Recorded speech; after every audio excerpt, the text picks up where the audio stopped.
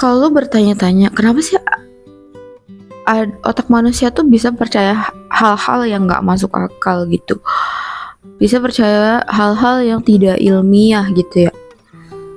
Neuroscience menjawab bahwa otak manusia itu tidak dirancang untuk membedakan benar dan salah.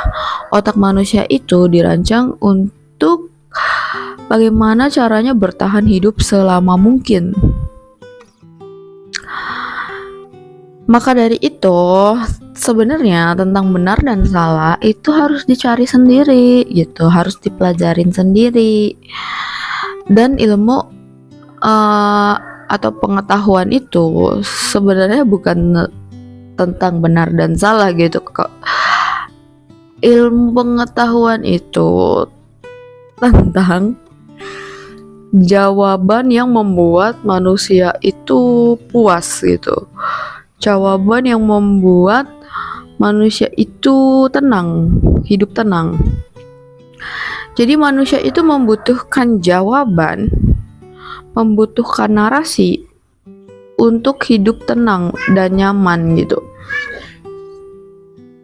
Jawaban, yang namanya jawaban kan tidak selalu benar gak sih gitu.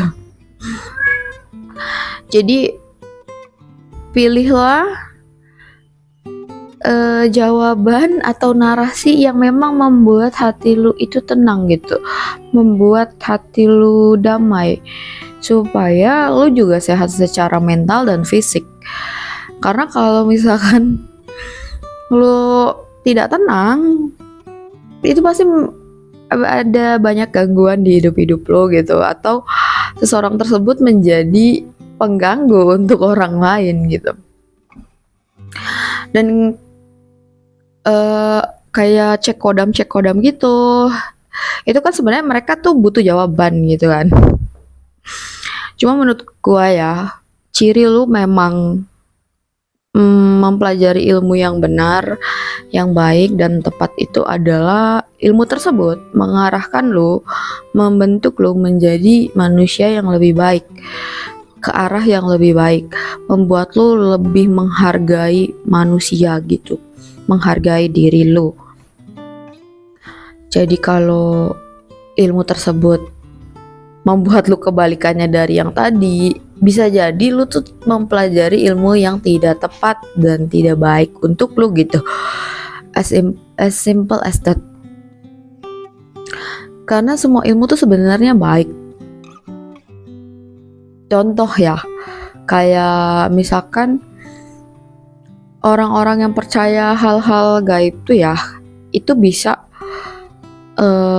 bermanfaat ketika untuk menjaga lingkungan gitu. Kayak ada orang-orang yang kalau disuruh jangan buang sampah sembarangan atau mengotori sembarangan hanya karena dibilang ini merusak lingkungan loh gitu, itu bisa jadi nggak nurut kan. Cuman kalau misalkan ketakut-takutin gitu, itu di situ ada penunggunya loh. Lu kalau buang sampah sembarangan, ngotorin sembarangan, dia marah, nanti terjadi kenapa-napa sama lo. Nah akhirnya kan jadi nggak buang sampah. Itu kan jadi pengetahuannya itu positif gitu. Si Baki. Dan kalau menurut gua ya, hal ini tuh penting diperhatikan ketika lu mau menikah dengan seseorang. Persepsi tentang ininya tuh coba lu cari yang memang sama. Karena mindset itu mempengaruhi keputusan, mempengaruhi problem solving. Contoh ya, kalau misalkan istrinya logis, pakai logika, suaminya misalkan percaya hal-hal yang gaib gitu. Terus istrinya tuh bilang, ini gimana ya nyelesain masalah ini? Kita tuh punya masalah soal keuangan gitu. Apa ya kira-kira solusinya yang bisa kita lakukan bersama? Nah, terus suaminya bilang gini, gimana kalau misalkan kita itu ke dukun terus pesugihan gitu? Tuh kan. Nah, kalau istrinya itu satu pemahaman kan pasti istrinya bilang, wow, kamu cerdas banget, ini ide yang bagus. Cuman kalau istrinya yang logis tuh kan pasti kayak membeku gitu, nge-freeze dan ngerasa kayak lu bisa serius gak sih, kita tuh lagi masalah serius gitu, jangan bercanda seperti itu gitu.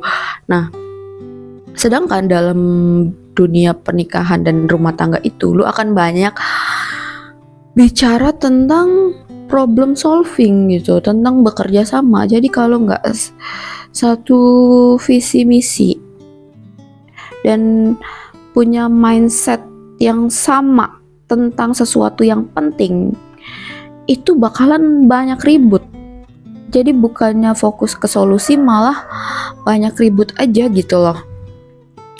Dan bahkan ya, kalau lo tahu pesulap merah, itu kan dia kan membongkar praktek perdukunan gitu. Nah, orang-orang yang percaya dukun, ketika tahu pesulap merah membongkar perdukunan, bukannya berhenti percaya dukun, tapi malah menghubungi pesulap merah ketika disantet. Jadi bukan berhenti percaya dukun, tapi malah cari dukun lain gitu yang lebih sakti gitu. Dan malah orang yang dianggap membongkar itu lebih sakti. Jadi artinya kepercayaan seperti ini tuh bisa jadi gak bisa dirubah gitu. Jadi kalau lo dalam relationship pun sudah melihat ketidakcocokan soal ini, mending lo pikirkan lagi soal menikah gitu. Karena yang gue bilang, ini gak bisa dirubah gitu, kecuali orangnya sendiri yang mau ngerubah. Lu mau bilang A, B, C, D sampai Z, dia tuh gak akan berubah soal apa yang dia yakini di mindset ya gitu. Dan makanya juga apa ya, banyak orang yang mencari cara-cara yang kurang baik untuk hanya hidup nyaman dan tenang gitu kan ya sih. Kayak misalkan korupsi gitu, atau melakukan hal-hal lain yang dia tuh mau melakukan hal yang salah agar hidupnya tuh tenang dan nyaman gitu kan. Kayak gitu. Jadi bijaklah dalam memilih apapun yang lu yakini, yang lu percaya, yang lu ingin jadikan acuan hidup. Dan kalau lu pengen tahu karakter asli seseorang itu, lu pelajari mindsetnya gitu. Karena dari mindset orang itu berperilaku gitu. Orang tuh berperilaku sesuai mindsetnya. Orang itu mengambil keputusan sesuai mindsetnya. Orang juga menyelesaikan masalah sesuai mindsetnya gitu. Jadi kalau lu tahu salah satu dari itu, lu bisa tahu yang satunya gitu. Kalau lu tahu mindsetnya, lu tahu cara dia membuat keputusan, menyelesaikan masalah dan berperilaku, dan dari perilakunya juga atau dari cara dia menyelesaikan masalah, lu tahu mindsetnya gitu. Dan jangan abaikan ini ya, kalau misalkan lu pacaran atau baru relationship atau baru PDKT terus kayak aduh nggak, susah banget nih, nggak cocok gitu mindsetnya, itu coba pikirin lagi deh gitu, karena sangat mempengaruhi banyak hal. Ini trik yang biasanya gue pakai ketika gue kebetulan tidak sengaja membaca hal-hal yang tidak logis, tidak masuk akal gitu. Dalam artian tuh nggak bisa dibuktikan gitu secara ilmiah. Mau itu mungkin ramalan, mau itu apalah ya, zodiak gitu atau apa sih, apapun lah, kayak yang gaib-gaib atau cek kodam gitu, atau astrologi atau apapun. Itu biasanya gua, untuk hal yang nggak bisa dibuktikan kayak gitu, gua itu cuman bakal mempercayai hal-hal yang baik aja. Jadi gue memang memilih ya mempercayai hal-hal yang baik aja gitu, karena kan doa ya. Jadi untuk hal-hal yang buruk itu biasanya gue nggak ambil pusing, nggak gue yang pikirin banget gimana gitu, karena kan toh memang tidak bisa dibuktikan juga gitu kebenarannya. Jadi sebagai manusia tuh kita tuh kalau baca sesuatu itu bisa loh memilih yang baik-baiknya aja, nggak selalu semua tuh harus diambil gitu. Jadi belajarlah seperti spons yang lu memang menyerap semuanya, lu baca semuanya, lu lihat semuanya, lu dengar semuanya, tapi di akhir lu menyisakan sari-sari kebijaksanaan, sari-sari kebajikan, kebaikan, hal-hal yang positif untuk lu simpan di diri lu, di pikiran lu, dan di hati lu gitu.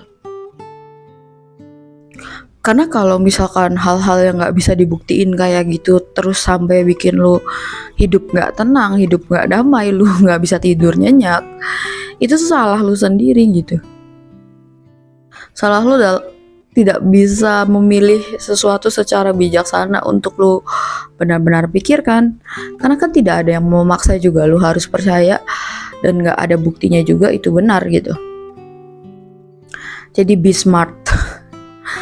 Berpikir lebih dalam gitu, bahwa lu itu memang punya punya kemampuan untuk memilih gitu. Kalau untuk memilih yang lu percaya dan lu pikirkan, lu tuh bisa gitu memilih mana yang bikin lu tenang, mana yang bikin lu bahagia, mana yang bikin hati lu damai gitu. Kalau hal yang tidak bisa dibuktikan itu sebenarnya nggak wajib sih lu percayain banget gitu. Cuman pilihlah yang memang paling kasih manfaat positif gitu. Pilihlah kata-kata yang paling bikin lu tuh bersemangat, bikin lu positif, bikin lu tenang, bikin lu nyaman, bikin lu tidur nyenyak gitu. Ini trik komunikasi.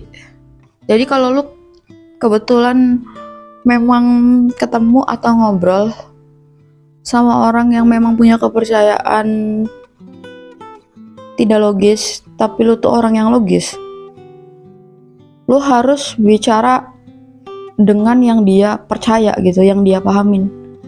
Karena kunci komunikasi itu adalah di orang yang ajak lu bicara itu melakukan yang lu instruksikan dan memahami yang lu katakan gitu. Jadi lu tuh harus menyesuaikan dengan yang lu ajak bicara gitu. Bukan lu yang memaksakan dia memahami lu. Gitu. Jadi gimana caranya?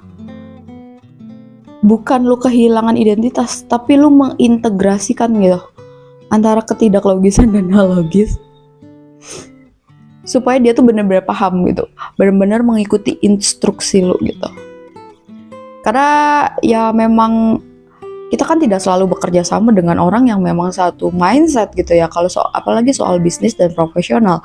Jadi kalau lu pengen komunikasinya efektif, lu harus bisa mengintegrasikan, menyatukan gitu, bikin ngeblend antara yang dia yakini dengan lu yang yakini itu gitu, menjadi bisa saling menghormati, saling respect, dan saling memahami gitu. Jadi pendekatannya itu, approach-nya harus se-smooth mungkin. Karena ketika lu sudah membuat seseorang itu tersinggung dengan apa yang dia yakini, biasanya apapun yang lu omongin gak akan masuk. Lu gak akan bisa kerja sama nanti gitu. Kayak gitu. Jadi tidak harus selalu kita tuh memaksakan apa yang kita yakini itu ke orang lain, gak harus gitu. Biasa aja. Terkadang tuh memang ya tujuannya dulu apa, kayak komunikasi kan tujuannya yang tadi, ya udah lakuin itu gitu. As simple as that. Last but not least,